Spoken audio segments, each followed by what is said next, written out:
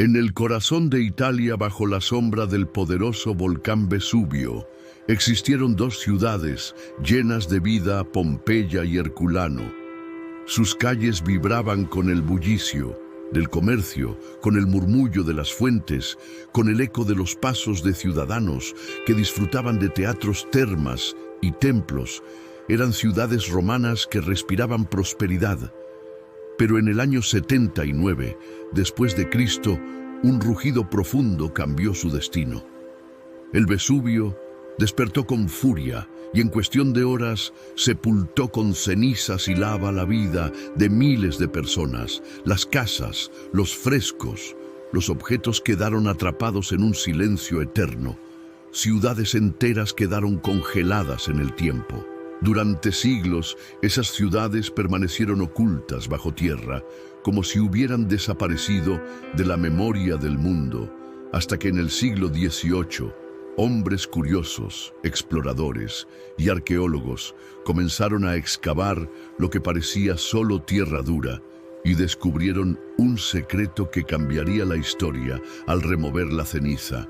Aparecieron calles intactas, muros cubiertos de frescos, esculturas, muebles e incluso panes carbonizados. Pompeya y Herculano despertaban de su largo sueño y con ellas el mundo volvía a mirar de frente el esplendor del arte clásico. Los descubrimientos corrieron como fuego por toda Europa. Los viajeros ilustrados, los artistas, los nobles que hacían el Grand Tour no podían resistirse a visitar aquellas ruinas. Caminar por Pompeya era como viajar al pasado, como abrir una ventana a Roma en su vida cotidiana. Lo que antes se conocía solo a través de libros y leyendas, ahora se mostraba vivo y palpable. El arte de los antiguos ya no era solo una abstracción, era una realidad que se podía tocar, observar y estudiar. Y eso encendió la imaginación de toda una generación. Los frescos encontrados en las casas pompeyanas mostraban escenas mitológicas con colores vibrantes que habían sobrevivido siglos. Las esculturas revelaban cuerpos humanos representados con una naturalidad y una belleza que contrastaban con las figuras recargadas del barroco y del rococó. Había pureza en cada línea, claridad en cada forma. La perfección clásica resucitaba frente a los ojos del mundo moderno y con ella surgía la pregunta: ¿por qué no volver a ese estilo? ¿Por qué no rescatar esa grandeza para el presente? Los arquitectos comenzaron a copiar columnas, frontones y templos enteros, inspirados en lo que veían los pintores. Dejaron atrás los ángeles barrocos y las escenas cortesanas para retomar la mitología, la historia antigua y los ideales de virtud. Los escritores y filósofos encontraron en esas ruinas una confirmación de lo que defendían: la grandeza del hombre cuando se guía por la razón y la armonía. Cada hallazgo arqueológico era como una lección que la antigüedad le daba al presente, una lección que inspiraba a construir un arte nuevo. Pompeya y Herculano no fueron solo excavaciones arqueológicas, fueron símbolos poderosos de un cambio cultural. Eran la prueba tangible de que el mundo antiguo aún tenía algo que enseñar. La idea de que bajo la ceniza dormía la perfección despertó la fascinación por lo clásico. Los artistas viajaban hasta allí para copiar esculturas y frescos. Los nobles compraban piezas para decorar sus palacios. Los museos europeos comenzaron a llenarse de objetos traídos de esas ciudades. La fiebre por lo clásico se extendió como una moda, pero también como un ideal. Las ruinas también mostraban la vida cotidiana.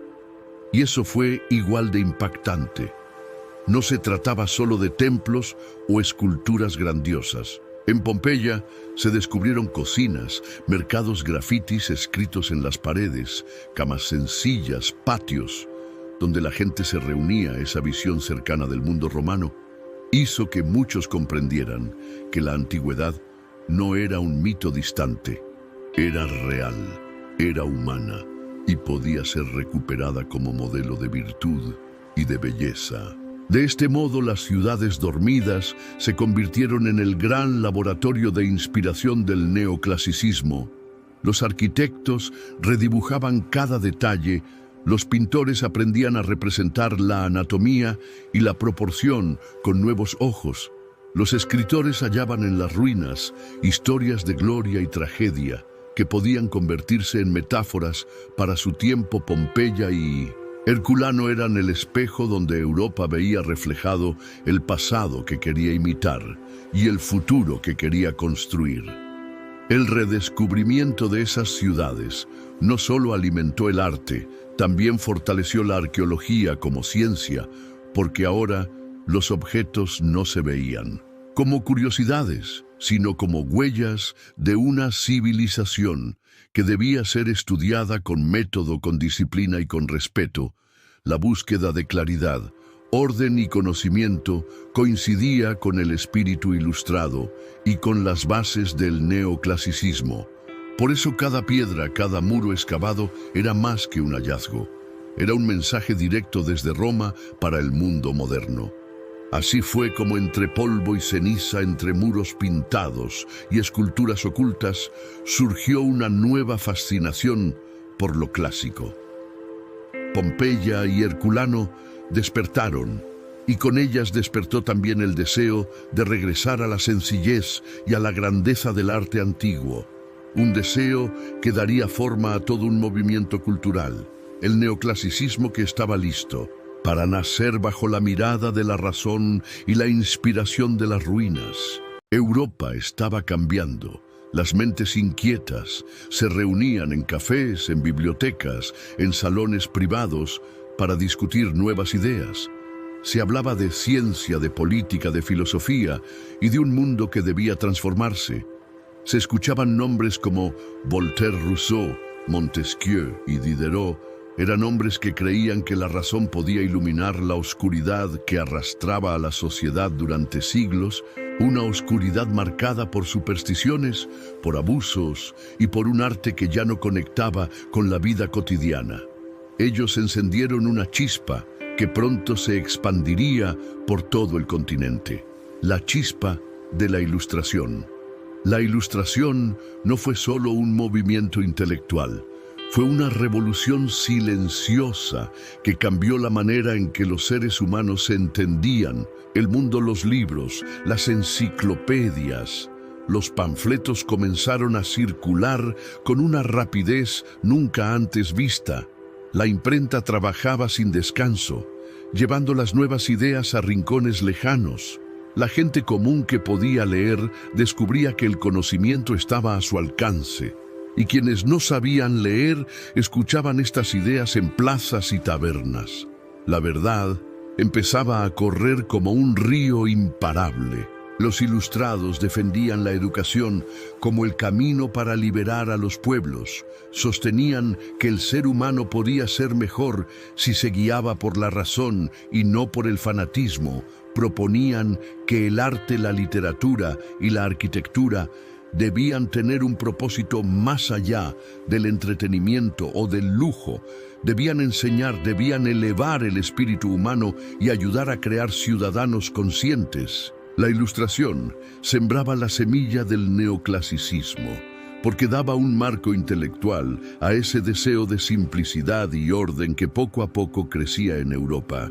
En este tiempo, la enciclopedia de Diderot y de Alembert se convirtió en símbolo de la época, una obra monumental que pretendía reunir todo el saber humano, organizada de manera clara, lógica y accesible. Cada página era un golpe contra la ignorancia y un triunfo de la razón. El conocimiento ya no era privilegio exclusivo de reyes ni de sacerdotes.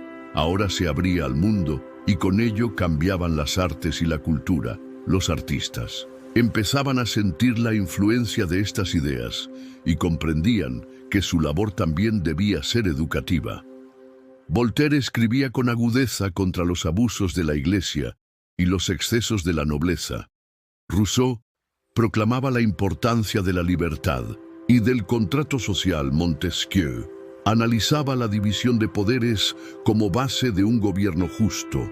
Eran voces que resonaban en toda Europa, voces que llamaban a transformar la política, la moral y también el arte, porque si la sociedad debía basarse en la razón y la justicia, el arte debía reflejar esos mismos valores. Los palacios llenos de espejos y oro del rococó parecían ahora un insulto a esas nuevas ideas, mientras en los salones se discutía sobre igualdad y libertad. Los muros seguían mostrando escenas cargadas de frivolidad. La contradicción era evidente. Los ilustrados criticaban abiertamente ese lujo vacío y defendían un arte más sobrio, un arte que transmitiera valores de virtud, de disciplina, de moralidad. Poco a poco los artistas empezaron a inspirarse en esas palabras y comprendieron que el arte podía ser más que un espectáculo, podía convertirse en una herramienta de educación. Los viajes al pasado clásico encajaban perfectamente con esta visión. Grecia y Roma eran ejemplos de república, de ciudadanía, de leyes claras y de armonía visual. El arte de esas civilizaciones parecía estar alineado con los principios que defendía la Ilustración. De ahí que las ruinas clásicas no fueran vistas solo como reliquias del pasado, sino como modelos para construir un futuro mejor. El neoclasicismo encontró así su justificación intelectual, porque no se trataba solo de copiar formas antiguas, sino de rescatar los valores que esas formas representaban. La Ilustración encendió la antorcha que guiaría al neoclasicismo y lo haría florecer en pintura, en arquitectura, en literatura y en música. Los artistas comprendieron que no trabajaban solo para complacer a un rey o a un noble, trabajaban para la sociedad entera, para el progreso de la humanidad. Y esa idea era poderosa porque daba sentido a cada trazo, a cada palabra, a cada nota musical. El arte se volvía herramienta de cambio, un lenguaje al servicio de la razón. Así fue como la chispa de la Ilustración se transformó en fuego, un fuego que pronto incendiaría Europa y que marcaría el nacimiento del neoclasicismo, porque el arte y el pensamiento se unieron en un mismo camino, el de la claridad, el de la razón y el de la búsqueda de un mundo mejor. El siglo XVIII fue testigo de un nuevo tipo de aventura. No eran solo guerras ni conquistas, era la búsqueda del pasado oculto bajo la tierra. Hombres con pinceles, martillos y pergaminos se internaban en ruinas, en templos enterrados, en tumbas olvidadas, para descubrir los secretos de la antigüedad. La arqueología nacía como una ciencia moderna, y con ella se abría la posibilidad de mirar cara a cara el esplendor de las civilizaciones antiguas. Cada hallazgo era un viaje hacia atrás y al mismo tiempo una inspiración para el presente. En toda Europa se extendió la moda del Grand Tour, un recorrido que los jóvenes aristócratas y artistas realizaban para completar su educación. Viajaban a Italia, a Grecia y a otras tierras, buscando conocer con sus propios ojos lo que habían leído en los libros. Llegaban a Roma y quedaban deslumbrados ante el Coliseo, el Foro. Las estatuas dispersas entre jardines y ruinas caminaban entre piedras gastadas por el tiempo y sentían que estaban tocando la historia con sus propias manos. Esa experiencia transformaba su manera de ver el arte, porque lo clásico dejaba de ser una imagen distante y se convertía en una realidad que podían sentir.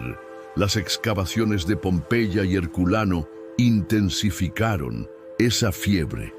Pero no fueron las únicas. Los arqueólogos exploraban templos griegos en Sicilia, descubriendo columnas que aún se alzaban contra el cielo. También se adentraban en Egipto, fascinados por las pirámides y por los jeroglíficos que todavía parecían misteriosos. Era como si el planeta entero despertara y revelara sus tesoros al hombre ilustrado de aquella época.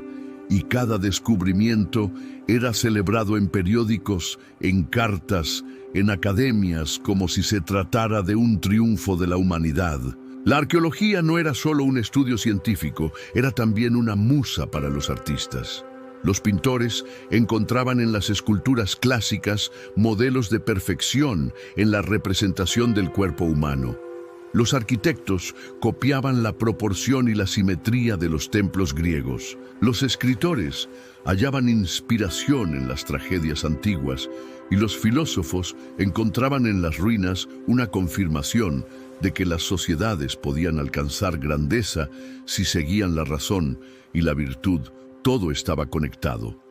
El pasado clásico se volvía un espejo y un modelo para el presente. Muchos artistas viajaron como discípulos y volvieron como maestros cambiados para siempre. Jacques-Louis David, por ejemplo, al contemplar las ruinas y las esculturas, comprendió que el arte debía ser sobrio, moral y disciplinado. Su pintura se transformó en un manifiesto visual del neoclasicismo, y no fue el único arquitecto como Soufflot en Francia o Juan de Villanueva en España reinterpretaron los templos clásicos en obras modernas que hablaban al pueblo de razón y de poder.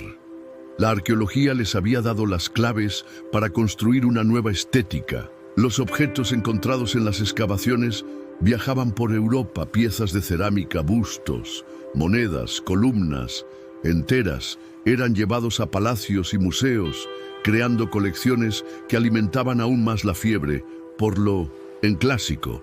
Los museos nacionales nacieron en esta época como templos del conocimiento y de la memoria.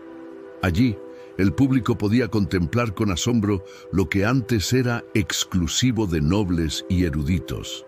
La arqueología no solo inspiraba a los artistas, también educaba a la sociedad entera, abriendo las puertas de la antigüedad a todos.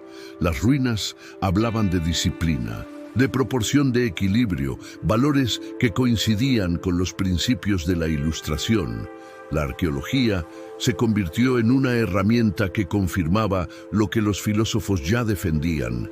Si el pasado había alcanzado la grandeza siguiendo la razón y la armonía, entonces el presente debía imitar ese camino. El neoclasicismo encontró en la arqueología no solo un estilo, sino una justificación ideológica. Viajar a las ruinas se convirtió en un rito de iniciación. Los jóvenes regresaban cambiados, llevaban en sus cuadernos dibujos de columnas, estatuas y templos. Llevaban en sus memorias la sensación de haber tocado la eternidad y llevaban en sus corazones el deseo de reconstruir en su tiempo aquella grandeza perdida. La arqueología era, más que una ciencia, era la musa que inspiraba a toda una generación de artistas, escritores y pensadores. Así fue como la arqueología encendió la imaginación del mundo dieciochesco en cada piedra descubierta, en cada fresco. Desenterrado, se encontraba una chispa que alimentaba el fuego del neoclasicismo, un movimiento que no nació solo de ideas filosóficas, sino también de la tierra misma de las ruinas que hablaban con voz silenciosa, recordándole al hombre moderno que la belleza y la razón ya habían existido y que era su deber traerlas de nuevo a la vida. En medio de aquel despertar intelectual y arqueológico, surgió un arte nuevo, un arte que ya no buscaba deslumbrar con exceso ni entretener con frivolidades, sino que quería enseñar, guiar y moralizar. Los pintores, los escultores y los arquitectos comenzaron a mirar la razón como su mayor musa. Cada trazo, cada línea, cada proporción debía responder a un propósito claro y lógico. Era el nacimiento de un arte que se convertiría en el espejo de la razón, el arte del neoclasicismo. Las cortes y las academias de Europa se llenaron de jóvenes artistas que viajaban a Roma para aprender de las ruinas y de las esculturas antiguas. Se reunían frente a los relieves de mármol, copiaban la serenidad de las estatuas griegas, admiraban la simetría de los templos romanos y comprendían que en aquella simplicidad habitaba una fuerza poderosa.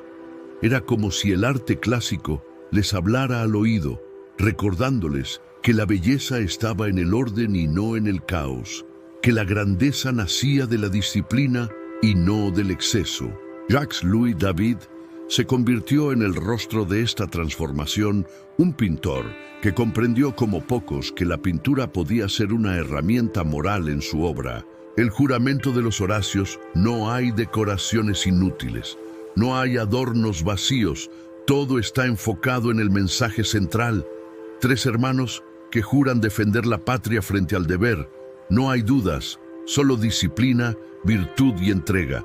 La escena está construida con líneas rectas, con figuras claras, con un dramatismo que no nace del exceso, sino de la sobriedad. Esa pintura se convirtió en un manifiesto del neoclasicismo porque mostraba que el arte debía ser guía para la sociedad. El mensaje era claro.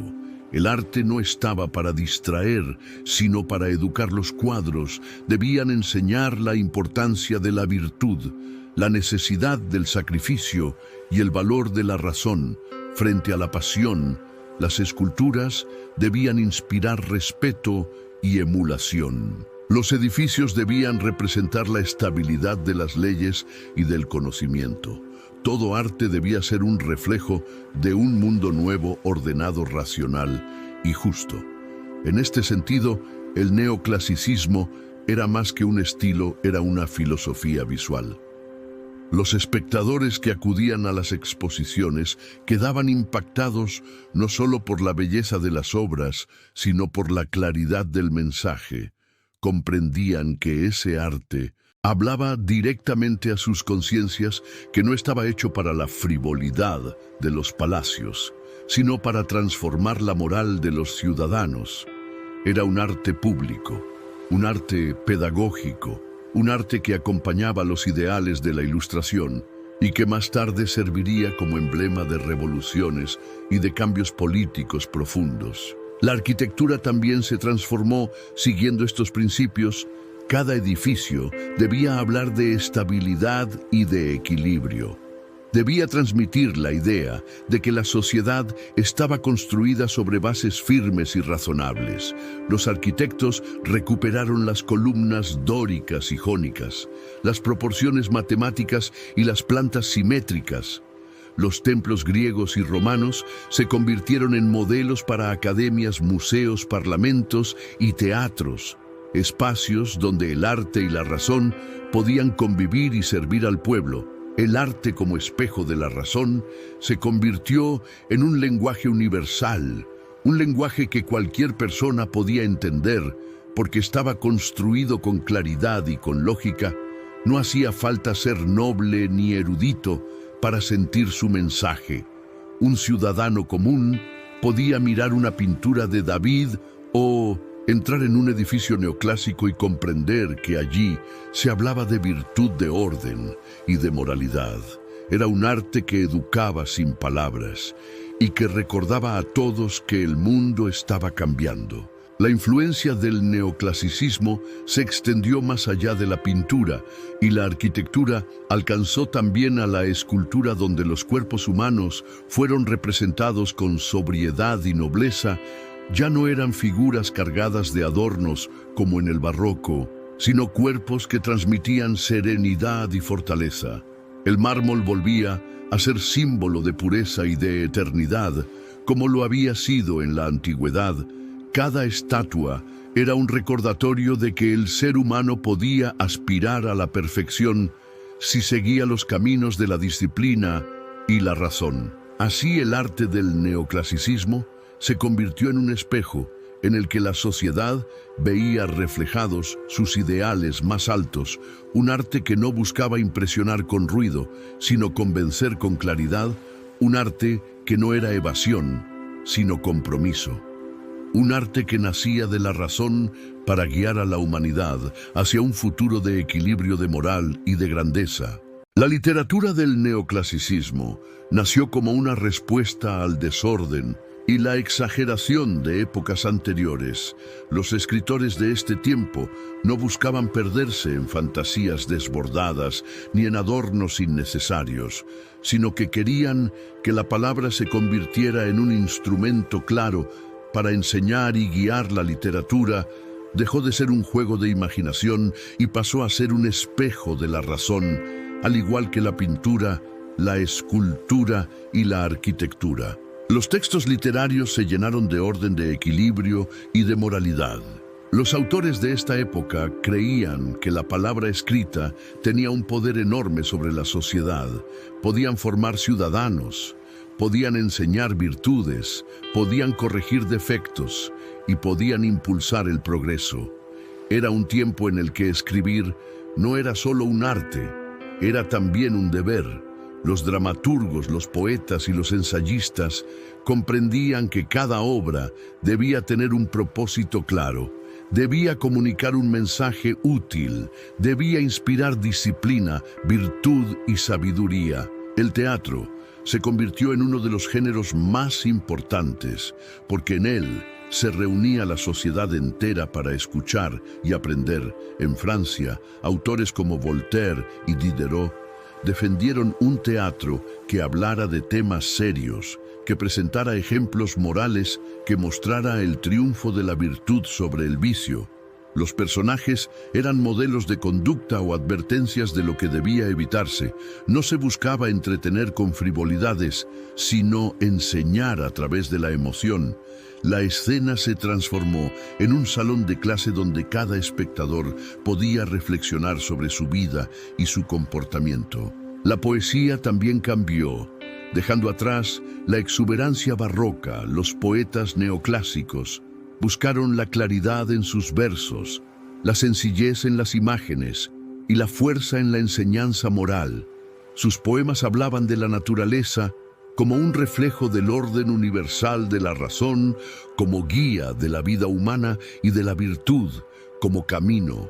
Para alcanzar la verdadera grandeza, no era una poesía de excesos, sino de disciplina, de armonía y de verdad. El ensayo y la prosa filosófica florecieron como nunca antes, porque eran los vehículos perfectos para difundir las ideas de la Ilustración. Los escritores se convirtieron en maestros de la sociedad y sus textos eran leídos en cafés, en salones y en academias. Cada página estaba escrita con la intención de despertar la razón de los lectores, de enseñarles a pensar por sí mismos y de alejarlos de supersticiones y pasiones inútiles. La prosa se convirtió en el arma más poderosa de este tiempo, porque con ella se podía moldear el pensamiento colectivo. En España, por ejemplo, autores como Leandro Fernández de Moratín renovaron el teatro con obras que criticaban las costumbres sociales y proponían un modelo de vida más racional y equilibrado. En Italia y en Alemania también surgieron escritores que buscaban en la claridad del lenguaje y en la sobriedad de las ideas la manera de transformar a la sociedad. Toda Europa se llenó de textos que hablaban de orden, de virtud y de progreso. El contraste con la literatura barroca y rococó era tan evidente que muchos lectores lo celebraban como una liberación. Ya no había metáforas recargadas ni frases oscuras. Ahora todo debía ser claro, directo y útil. La belleza estaba en la verdad y no en la exageración, en la sencillez y no en el artificio. Este cambio convirtió a la literatura neoclásica en una herramienta educativa y moral que acompañaba la transformación cultural de todo el continente. Los salones literarios fueron espacios clave en este proceso. Allí se reunían escritores, filósofos y ciudadanos para leer, discutir y reflexionar sobre las obras. Los textos no estaban destinados solo a la nobleza. Ahora circulaban entre burgueses intelectuales y jóvenes estudiantes que encontraban en ellos un mapa para navegar en un mundo. En cambio, la literatura dejó de ser un lujo para pocos y comenzó a ser un alimento para las mentes que buscaban claridad y razón. La literatura neoclásica se levantó como un faro que iluminaba a la sociedad con mensajes claros y firmes. Era una palabra que no buscaba el aplauso fácil, sino la transformación profunda, un lenguaje que recordaba a todos que el verdadero arte estaba en la virtud y en la sabiduría, no en el exceso ni en la vanidad. Así la literatura se convirtió en una de las armas más poderosas de esta nueva era, una era en la que la razón guió las letras y las letras guiaron a los pueblos. En el siglo XVIII, las ciudades de Europa comenzaron a transformarse. Las calles, los palacios y los edificios públicos empezaron a reflejar un espíritu diferente. Ya no se trataba de llenar los espacios de adornos ni de ocultar cada muro bajo decoraciones desbordadas. La nueva arquitectura buscaba claridad, orden y equilibrio. Debía hablar un lenguaje universal que expresara estabilidad, disciplina y razón.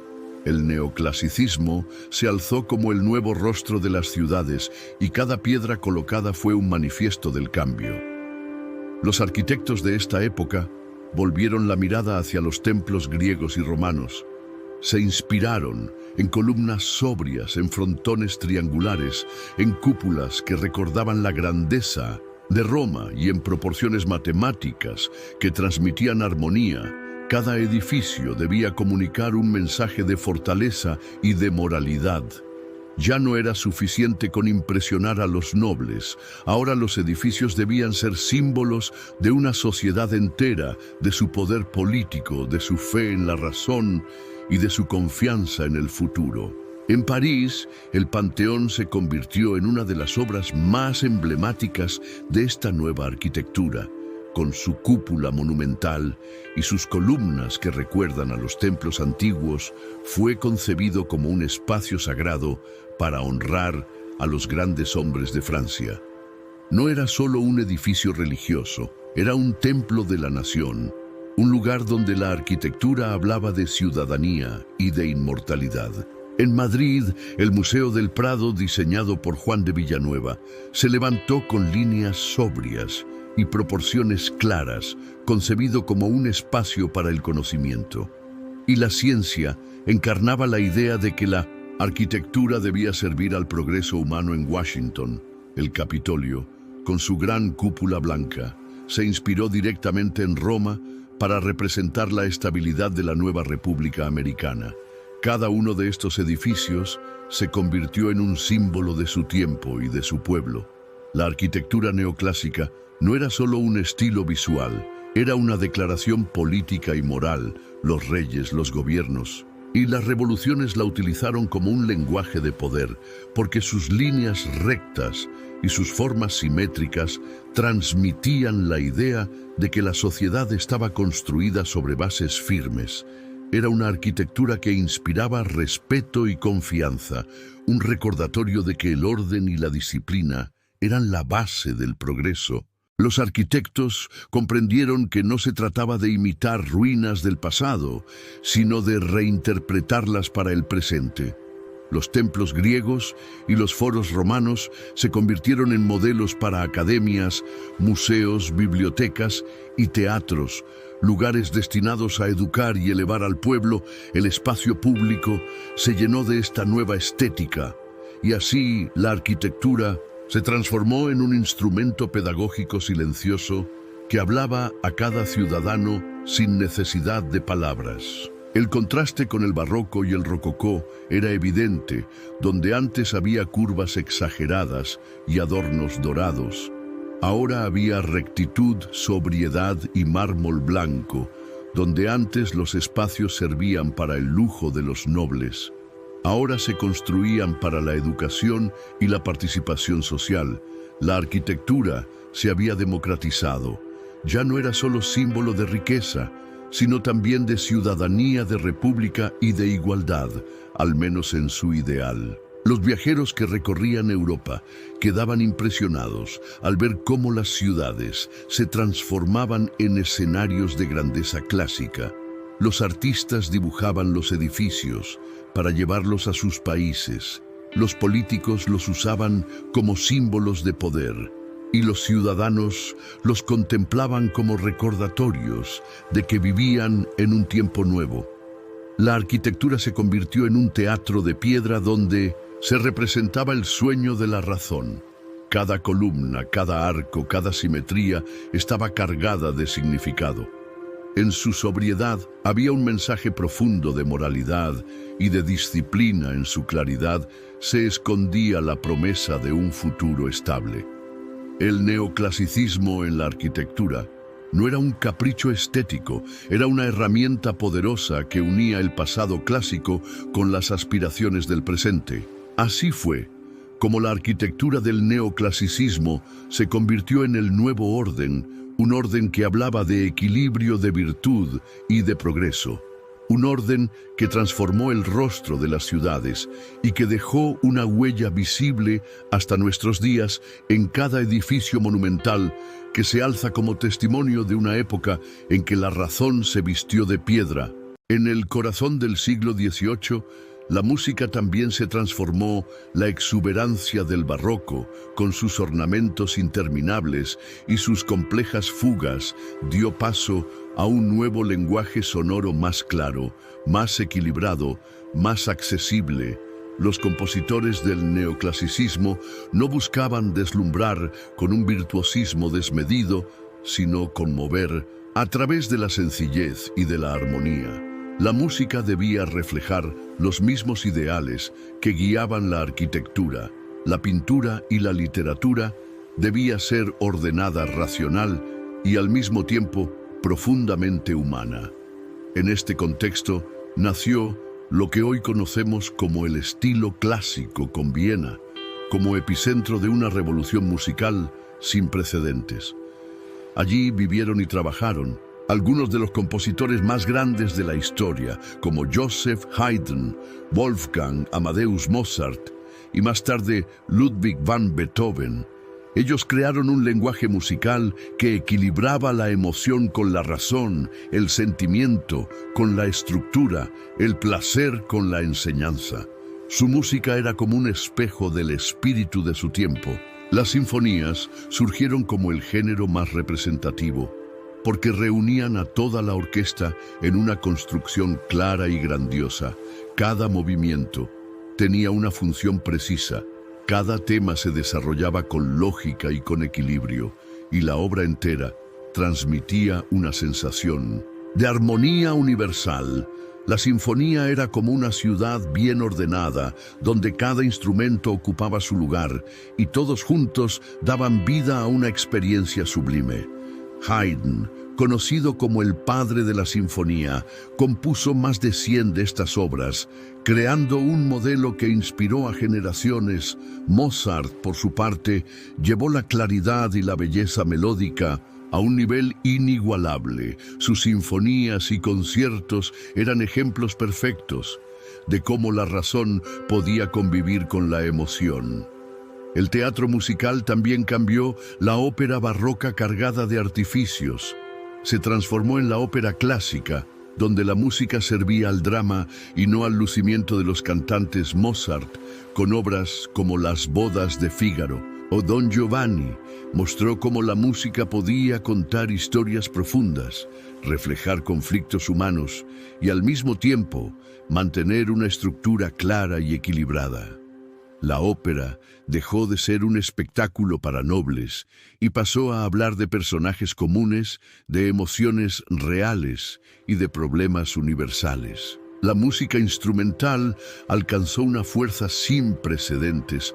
Los cuartetos de cuerdas, por ejemplo, se convirtieron en el laboratorio donde los compositores experimentaban con formas claras y diálogos musicales. Cada instrumento tenía voz propia y al mismo tiempo formaba parte de una unidad.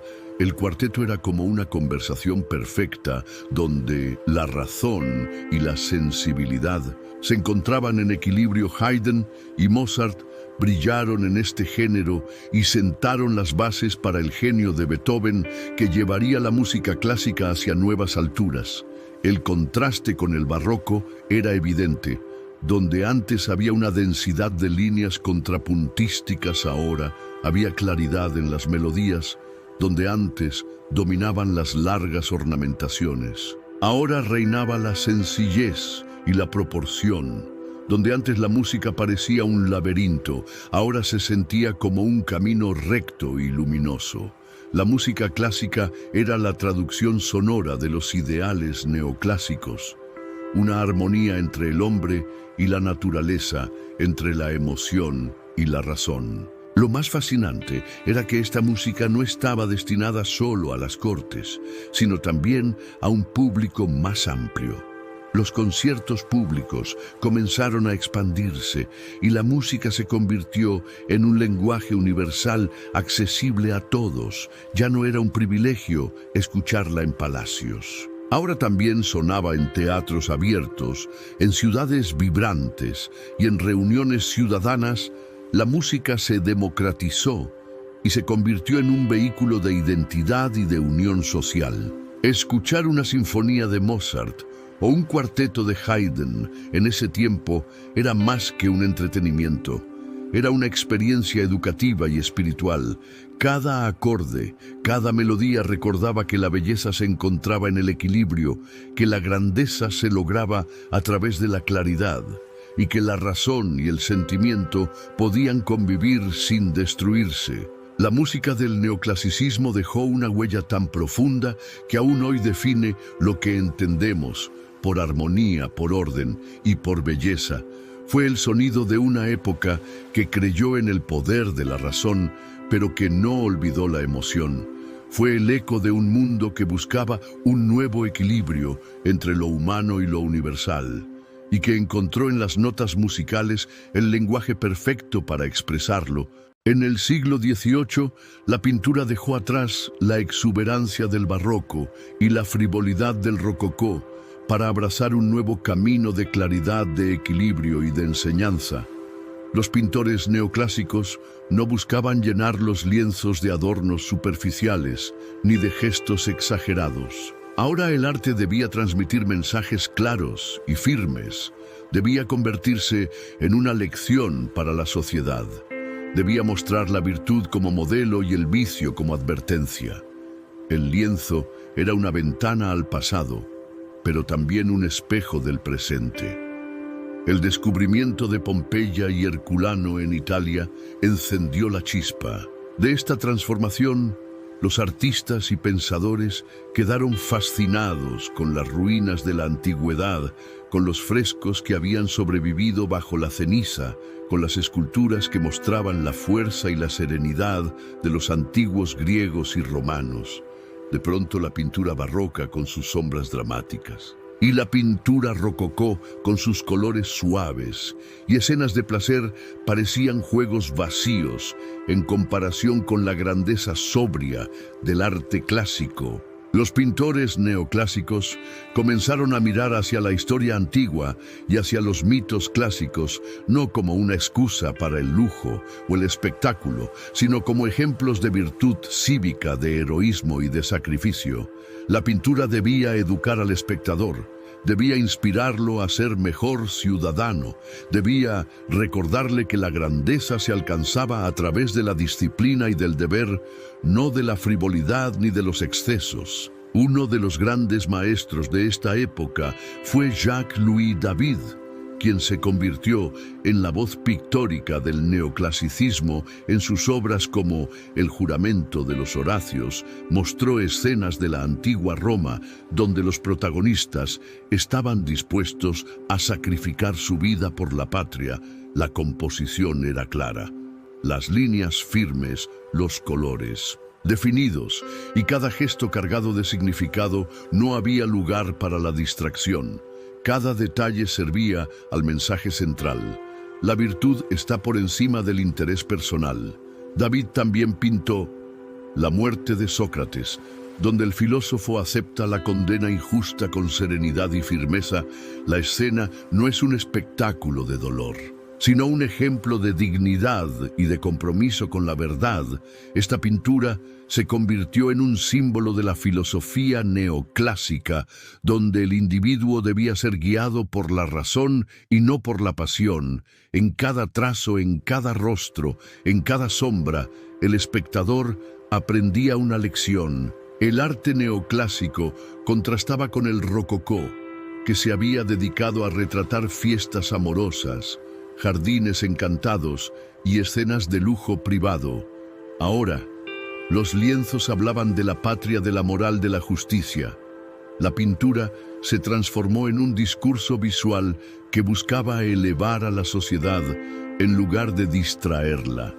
Los colores eran sobrios, las composiciones equilibradas.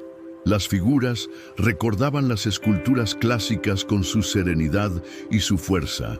En otros países también floreció esta tendencia. En Inglaterra, artistas como Benjamin West pintaban escenas históricas que resaltaban el sacrificio y la grandeza moral. En España, Francisco de Goya comenzó su carrera con influencias neoclásicas antes de volcarse a un estilo más personal y crítico. En Italia, los frescos y murales retomaban la grandeza de Roma con una intención de enseñanza y de orden. Cada país adaptó el neoclasicismo pictórico a su propio contexto, pero todos coincidieron en que la pintura debía ser un instrumento de razón. Los temas religiosos también cambiaron.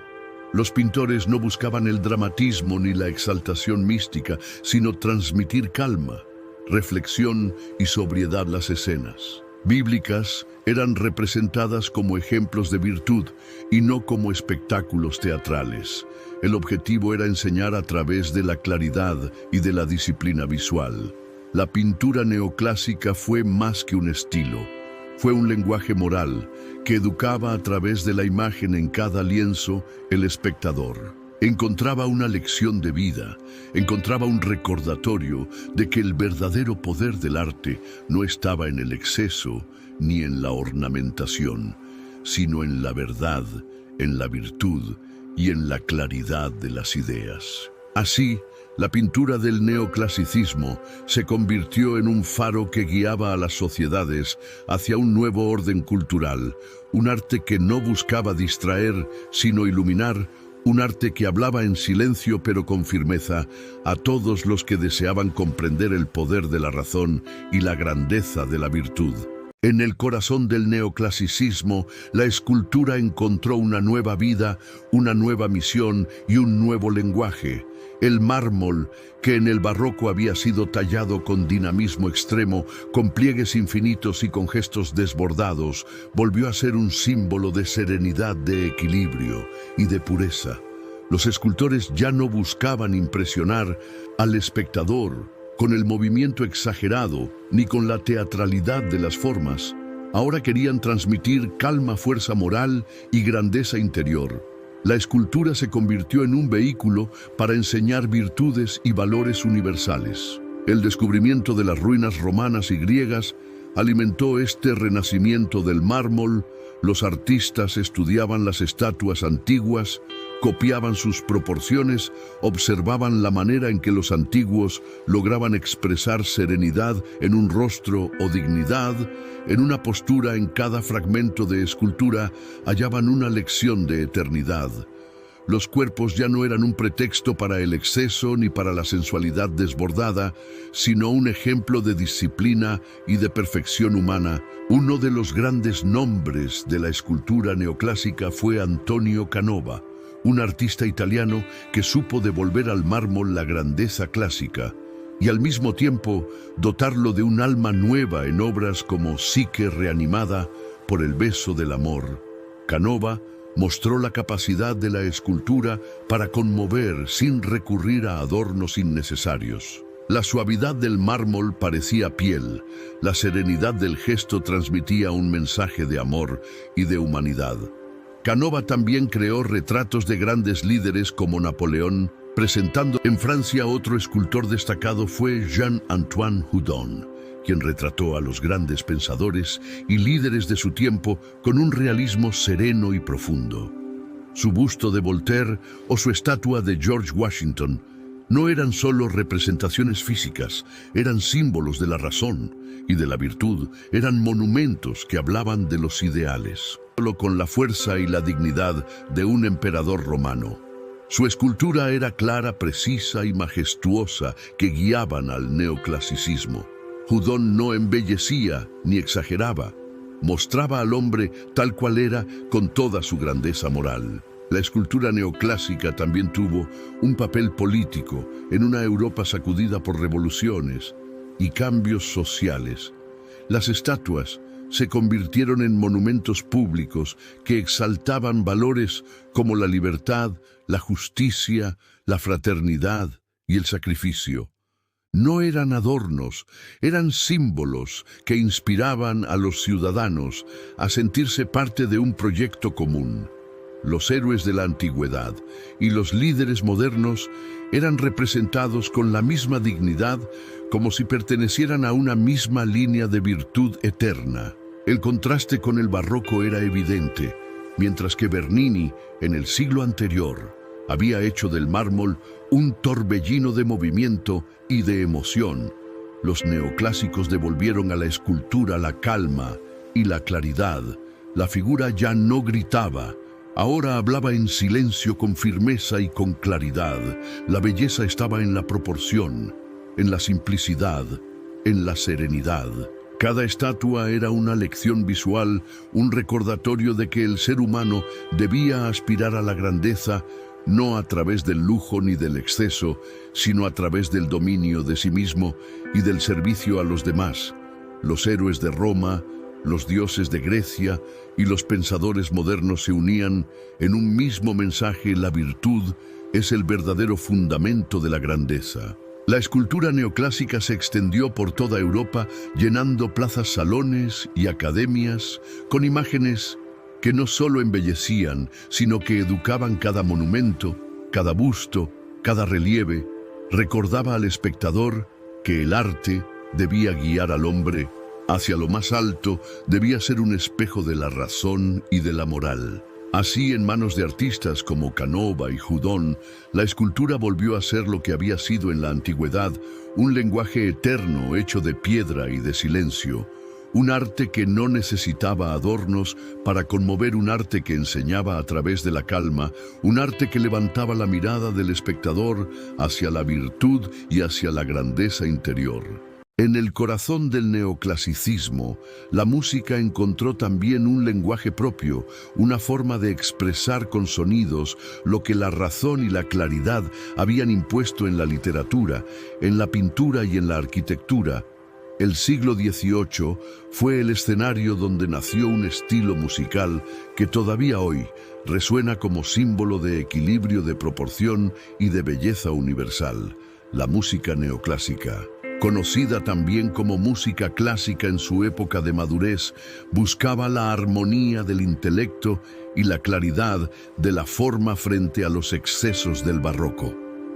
El barroco musical había sido un torbellino de ornamentos, de fugas complejas y de contrastes dramáticos con compositores como Bach y Vivaldi, que habían llevado la música a una cumbre de intensidad emocional. Pero al igual que en las artes visuales, la sociedad ilustrada comenzó a pedir otro camino, un sonido más claro, más ordenado, más fácil de comprender. La música debía ser no un espectáculo desbordante, sino un reflejo de la razón y del equilibrio. En este contexto surgieron tres grandes centros de creación musical: Viena, París y Mannheim, Viena. En particular, se convirtió en la capital mundial de la música, el lugar donde el neoclasicismo sonoro alcanzó su máximo esplendor. Allí trabajaron los grandes genios que definieron el estilo que todavía hoy asociamos con la palabra clásico. Haydn, Mozart y más tarde Beethoven, en sus primeros años. Cada uno de ellos aportó una visión particular, pero todos coincidían en la búsqueda de formas claras y proporciones equilibradas. La música neoclásica se caracterizó por la creación de estructuras nuevas, como la sinfonía, el cuarteto de cuerdas y el concierto solista, formas que privilegiaban la claridad y el desarrollo lógico de las ideas musicales.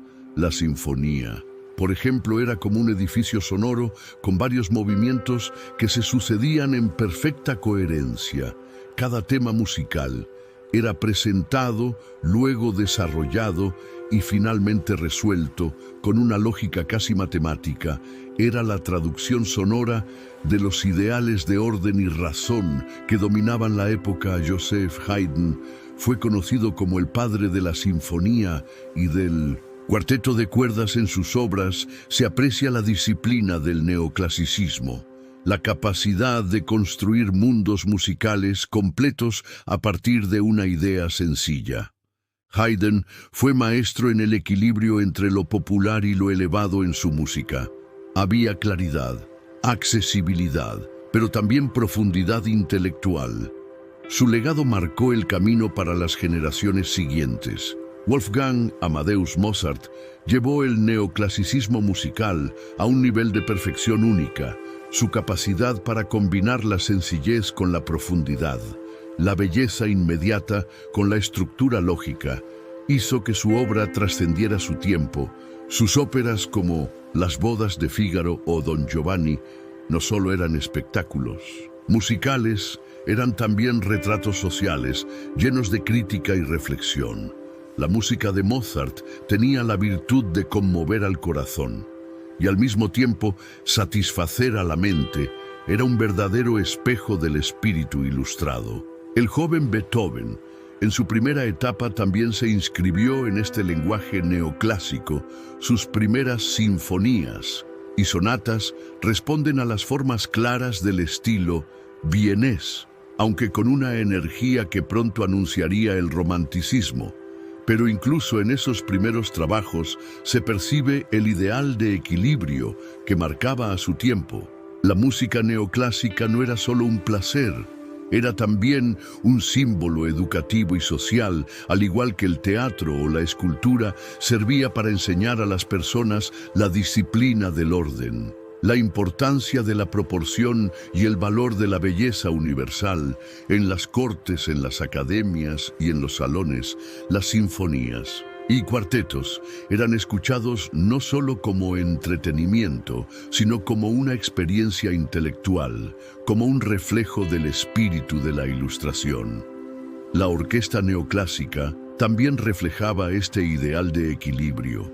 Se abandonó la densidad del barroco con su bajo continuo y se optó por una plantilla más clara, con cuerdas, vientos y percusión. Perfectamente organizados, cada instrumento tenía un papel definido. Cada voz musical se integraba en un conjunto armónico. Era una metáfora sonora de la sociedad ideal que los ilustrados soñaban, clara, ordenada y en armonía. Así, en la música del neoclasicismo encontramos no solo belleza, sino también un mensaje profundo. Era la prueba de que la razón y la sensibilidad podían convivir en equilibrio.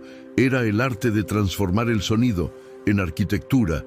Era la búsqueda de la verdad universal a través de la armonía.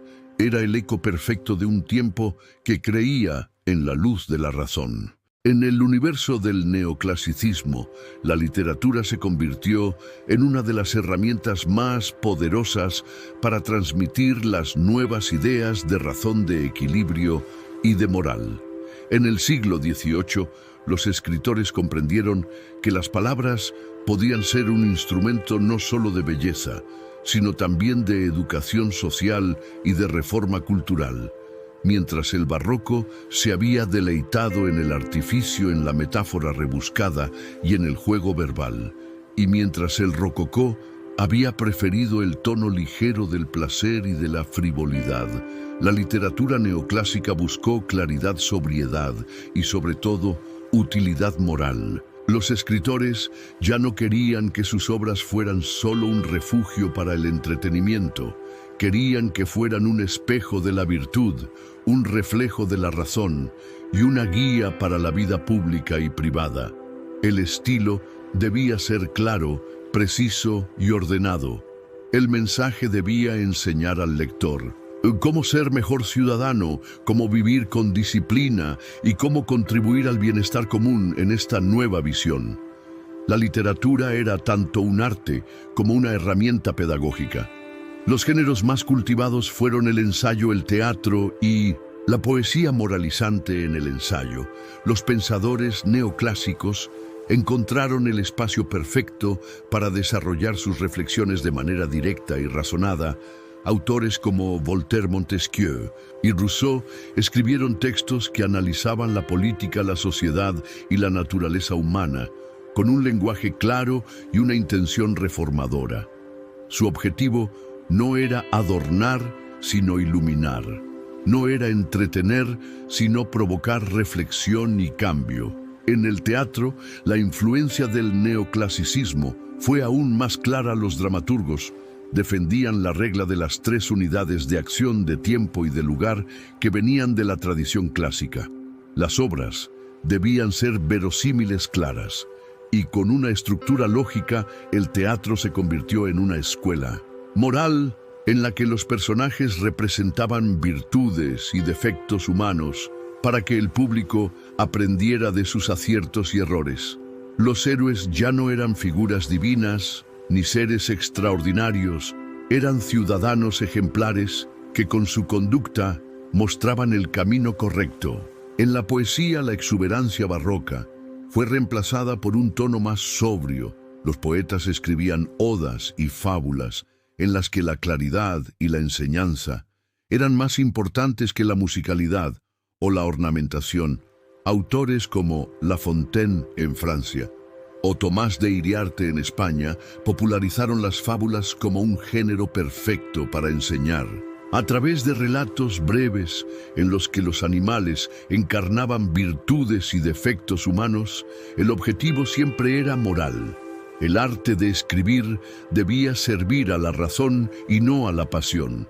En España, por ejemplo, figuras como Leandro Fernández de Moratín defendieron un teatro claro y moralizante con obras como El sí de las niñas, donde se criticaba el matrimonio forzado y se defendía la libertad y la educación femenina.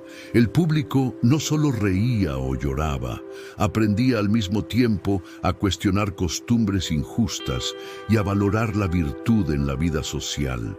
El teatro se convirtió en una herramienta de cambio cultural. La literatura neoclásica también estaba marcada por la idea de universalidad, así como el arte clásico buscaba modelos eternos y universales.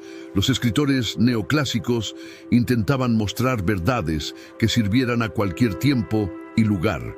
La condición humana, la moral, el deber, el sacrificio, eran los grandes temas que trascendían la época y buscaban iluminar al lector más allá de su contexto particular. Este nuevo enfoque convirtió a la literatura en un espejo de la sociedad ilustrada y en un vehículo esencial de la pedagogía del siglo XVIII. Los textos eran leídos en academias, en salones, en tertulias y en escuelas. La palabra escrita se transformó en un puente entre la razón y la vida cotidiana. Cada fábula, cada obra teatral, cada ensayo era un recordatorio de que el arte de escribir debía servir al bien común. Así, la literatura del neoclasicismo no solo dio forma a un estilo estético, sino que también se erigió como un pilar cultural que ayudó a transformar a la sociedad en su conjunto, al igual que la arquitectura, la pintura y la escultura. La palabra escrita se puso al servicio de la claridad, de la virtud y de la enseñanza, convirtiéndose en un faro de orden en medio de un mundo que se movía entre revoluciones y cambios profundos. La arquitectura neoclásica surgió como el reflejo más tangible del espíritu de la Ilustración. Fue la manera en que los principios de la razón, la proporción y la claridad se convirtieron en piedra, en mármol y en monumentos que todavía hoy dominan las ciudades del mundo. En el siglo XVIII, las sociedades europeas buscaban expresar a través de sus edificios un nuevo orden, un nuevo equilibrio y sobre todo un mensaje de poder ilustrado que debía perdurar más allá del tiempo. El barroco había sido la arquitectura del exceso, de la ornamentación sin medida, de las curvas dramáticas y de la emoción religiosa. El rococó había sido aún más ligero, lleno de detalles decorativos que transmitían frivolidad y placer. Pero el neoclasicismo se levantó como un retorno a la sobriedad de la antigüedad clásica, inspirado por los descubrimientos arqueológicos de Pompeya y Herculano que devolvieron al mundo los modelos arquitectónicos de Grecia y Roma. La arquitectura ya no debía abrumar, sino enseñar. No debía deslumbrar con su ornamento, sino impresionar con su claridad. Los arquitectos neoclásicos se obsesionaron con las proporciones armónicas, con las líneas rectas, con la simetría perfecta y con la pureza de los órdenes clásicos. Columnas, frontones, cúpulas y pórticos se convirtieron en los símbolos de este nuevo estilo. El edificio debía ser un monumento a la razón. Su estructura debía transmitir solidez, orden y eternidad. De esa manera los palacios, los teatros, las academias y los edificios públicos se convirtieron en auténticos templos de la Ilustración. En Francia, por ejemplo, el Panteón de París, diseñado por Jacques Germain Soufflot, se convirtió en un emblema del neoclasicismo. Allí, donde antes habría un templo barroco recargado, se levantó un edificio de líneas puras inspirado en la arquitectura romana. Un espacio dedicado no a los santos, sino a los grandes hombres de la patria. Era el templo de la razón y del poder ilustrado. La misma idea se repitió en otros países como en Estados Unidos, donde el Capitolio de Washington y la Casa Blanca adoptaron el lenguaje neoclásico para transmitir la fuerza de la nueva república. La arquitectura neoclásica también reflejó un profundo sentido político. No era un simple estilo, era un lenguaje de poder. Los reyes, los gobiernos y las ciudades buscaban en él un modo de expresar su grandeza, sus ideales y su permanencia al levantar un edificio con columnas dóricas o jónicas. Se establecía un vínculo directo con el mundo clásico, con la idea de que la sociedad moderna era heredera de la grandeza de Roma y de Grecia. El mensaje era claro. La nueva civilización debía ser racional, ordenada y eterna. En ciudades como Berlín, San Petersburgo, Londres o Madrid, los arquitectos neoclásicos levantaron edificios que aún hoy son símbolos del poder estatal, teatros, museos y academias. Fueron diseñados como templos del conocimiento y de la cultura, todo con la misma intención pedagógica del neoclasicismo. El arte debía educar y la arquitectura debía recordar al ciudadano que formaba parte de un orden más amplio. La arquitectura doméstica también se vio influenciada. Los palacios dejaron atrás la ornamentación rococó y adoptaron líneas sobrias, interiores simétricos y decoraciones inspiradas en motivos clásicos, incluso en las casas privadas de la burguesía. Ilustrada, aparecieron columnas, pórticos y geometrías claras. Cada espacio debía transmitir no solo comodidad, sino también disciplina y racionalidad. Un ejemplo fascinante de la arquitectura neoclásica fue el desarrollo de los jardines diseñados como auténticas arquitecturas naturales. En ellos se abandonaron las formas caprichosas del barroco y se optó por diseños geométricos, avenidas rectas y perspectivas que recordaban a los paisajes clásicos.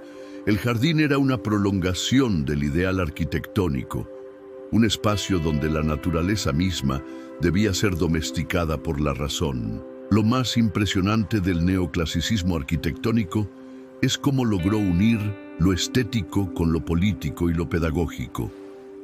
Cada edificio no era solo una construcción, era un manifiesto de los ideales de la Ilustración, un mensaje en piedra que hablaba de disciplina, de orden y de grandeza colectiva. Así, la arquitectura neoclásica se convirtió en el rostro más visible del nuevo espíritu de su tiempo, mientras el barroco había querido emocionar y el rococó había querido divertir. El neoclasicismo quiso enseñar, quiso gobernar, quiso inspirar al ciudadano para que se viera a sí mismo como parte de una civilización racional y eterna. En cada columna, en cada fachada y en cada cúpula resonaba la misma idea. La razón podía construir un mundo sólido, bello y universal.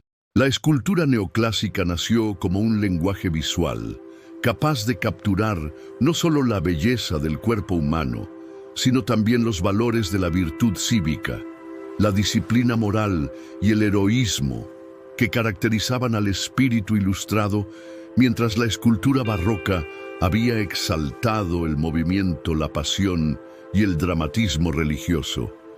La escultura neoclásica se volvió sobria, contenida y profundamente pedagógica. Debía enseñar. A través de la forma debía recordar a los hombres y mujeres de la nueva sociedad que la grandeza no residía en la emoción desbordada, sino en la razón y en el ejemplo moral. Inspirados por los hallazgos arqueológicos de Pompeya, Herculano y por las copias romanas de esculturas griegas, los artistas neoclásicos buscaron recuperar la pureza de la forma antigua.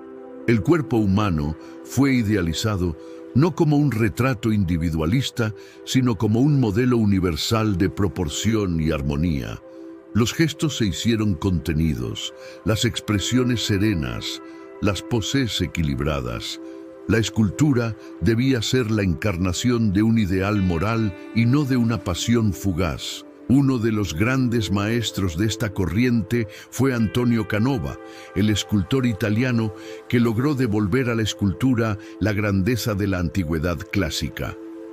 Canova fue capaz de esculpir mármol con una delicadeza que parecía transformar la piedra en carne.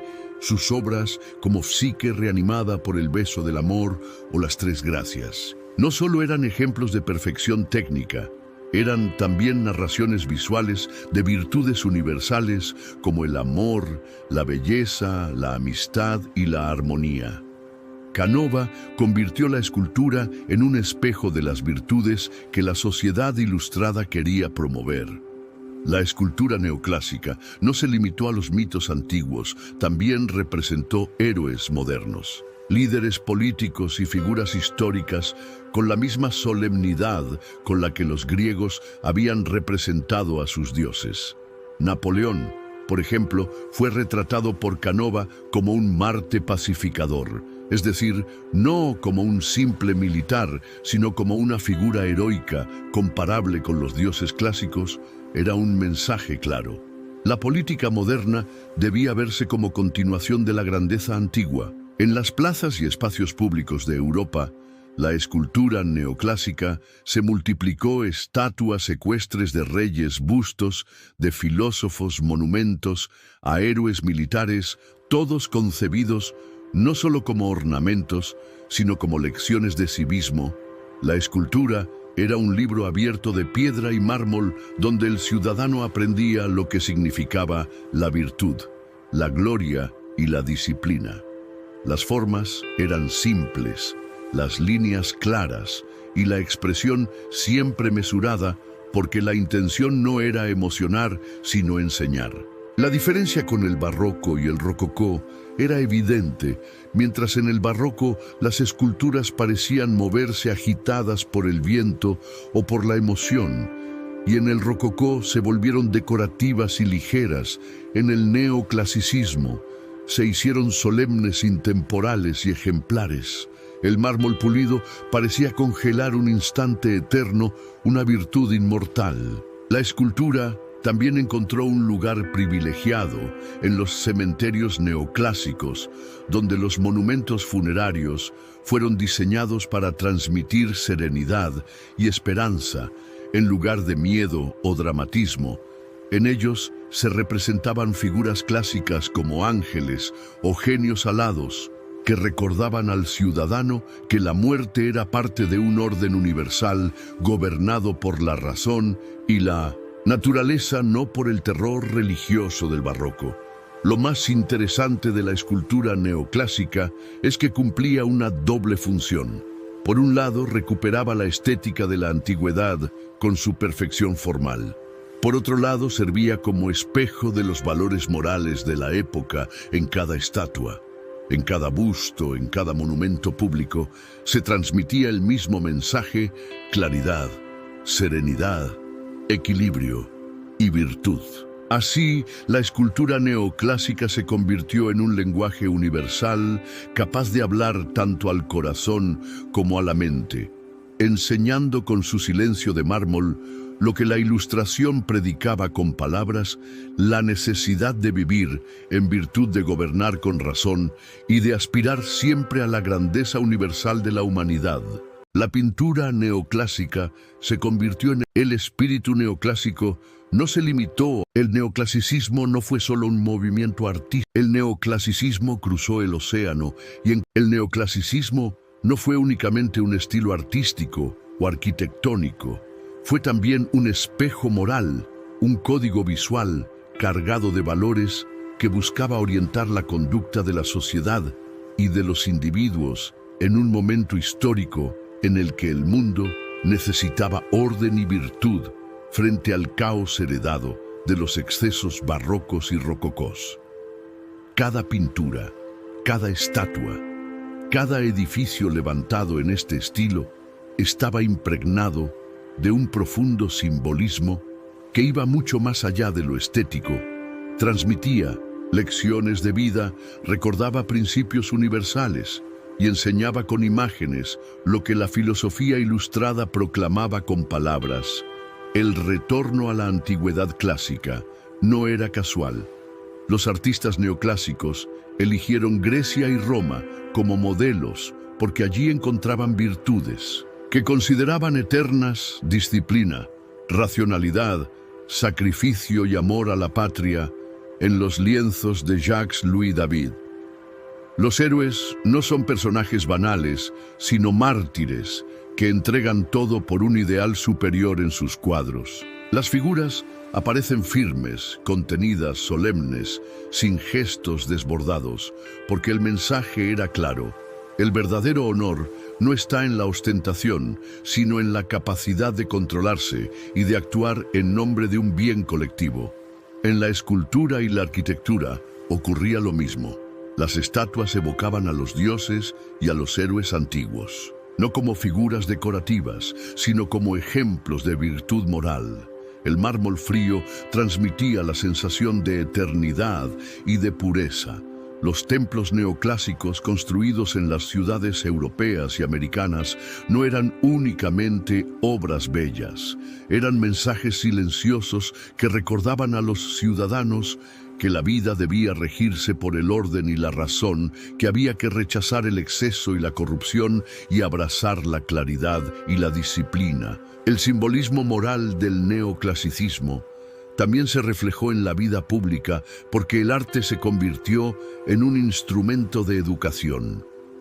Los gobiernos y los pensadores ilustrados entendieron que un pueblo que caminaba por calles adornadas con estatuas de héroes y con edificios de líneas claras y armoniosas se acostumbraba a ver en el orden y en la virtud un ideal cotidiano. No se trataba solo de embellecer las ciudades. Se trataba de formar ciudadanos disciplinados, conscientes de que sus actos debían responder a un bien superior. Un ejemplo poderoso de este simbolismo fue el uso de escenas mitológicas reinterpretadas en clave moral.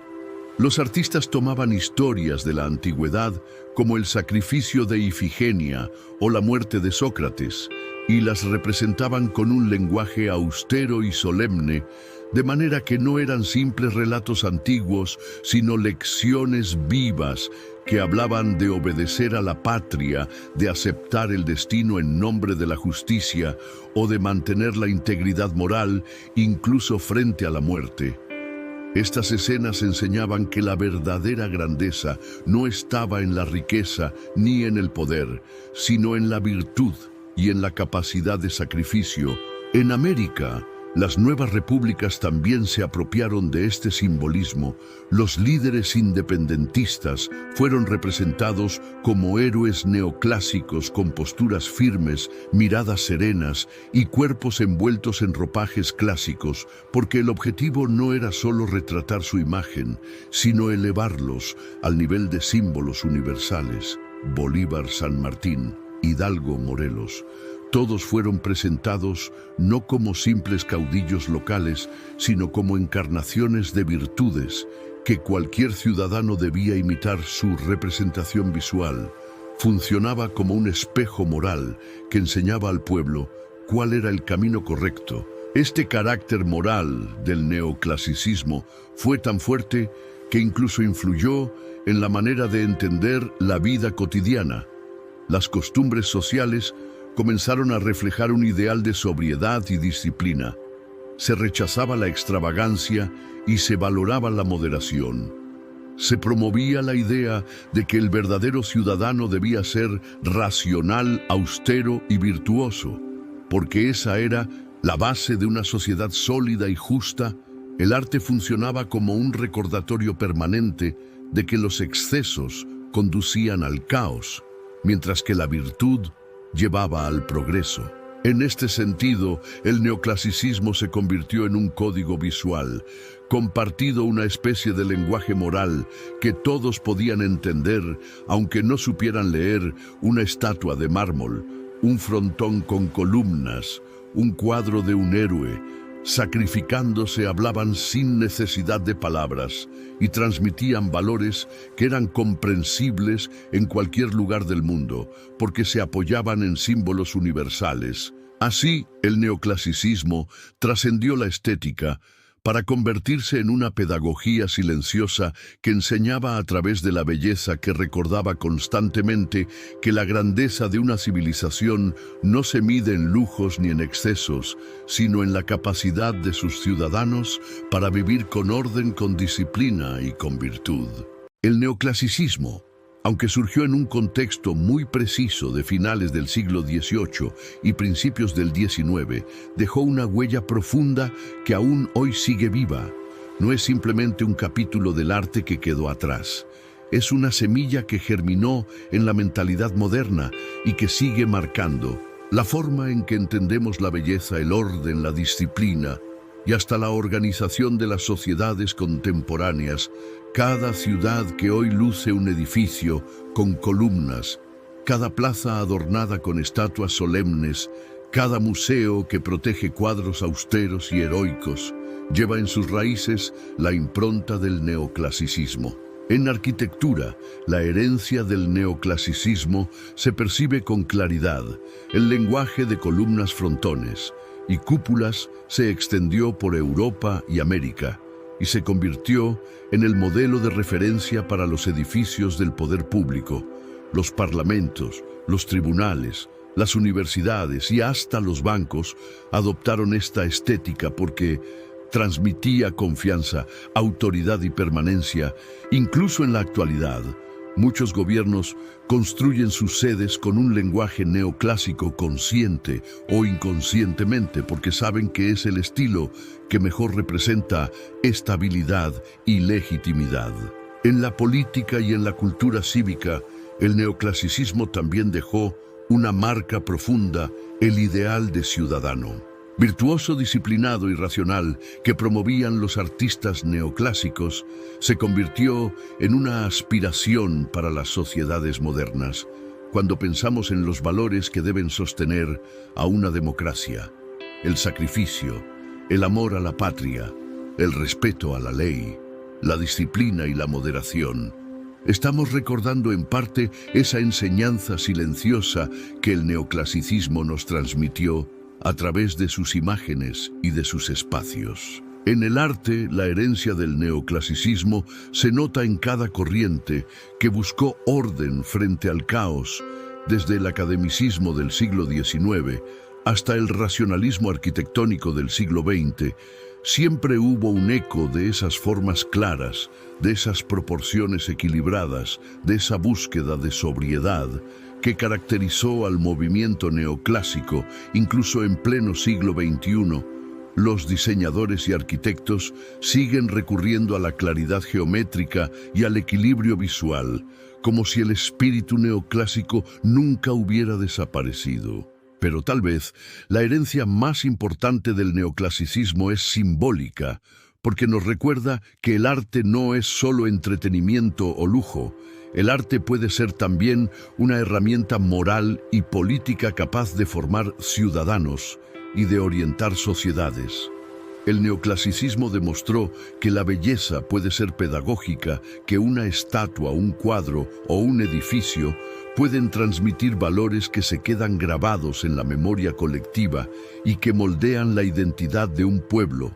Hoy, cuando caminamos por las grandes capitales del mundo y vemos edificios neoclásicos mezclados con rascacielos de vidrio, recordamos que la modernidad no nació de la nada, sino que se construyó sobre cimientos antiguos, que el ideal de orden y de virtud que defendieron los neoclásicos sigue siendo necesario. En un mundo donde muchas veces reina el exceso, la confusión y la prisa, la vigencia del neoclasicismo está en recordarnos que la verdadera grandeza de una sociedad no está en lo efímero, sino en lo eterno, en aquello que se sostiene sobre principios sólidos y universales. Así, la herencia del neoclasicismo no es solo estética, es también espiritual y cultural. Nos enseña que cada época debe encontrar su equilibrio entre razón y emoción, entre belleza y función, entre pasado y futuro, y que mirar hacia atrás, hacia Grecia, hacia Roma y hacia los neoclásicos del siglo XVIII no significa retroceder, sino recordar que en las raíces de la humanidad hay un lenguaje común de virtud y de orden que puede guiarnos hacia adelante. Con esto, llegamos al final de nuestro viaje por el neoclasicismo. Hemos visto cómo nació de la caída del barroco y el rococó, cómo se nutrió de la Ilustración y de los hallazgos arqueológicos, cómo se expandió por Europa y América y cómo se convirtió en el rostro visible de la virtud y de la modernidad. Pero sobre todo, hemos aprendido que el neoclasicismo no es solo un estilo artístico, es un mensaje que sigue hablándonos. Hoy nos invita a recordar que la belleza puede ser un camino hacia la virtud, que el orden puede ser una forma de libertad y que la grandeza de una civilización se mide no por sus lujos, sino por la solidez de sus principios. Así, el neoclasicismo nos deja una lección atemporal. El arte puede cambiar la historia, puede guiar sociedades y puede recordarnos que en lo eterno y en lo sobrio está la verdadera fuerza de la humanidad.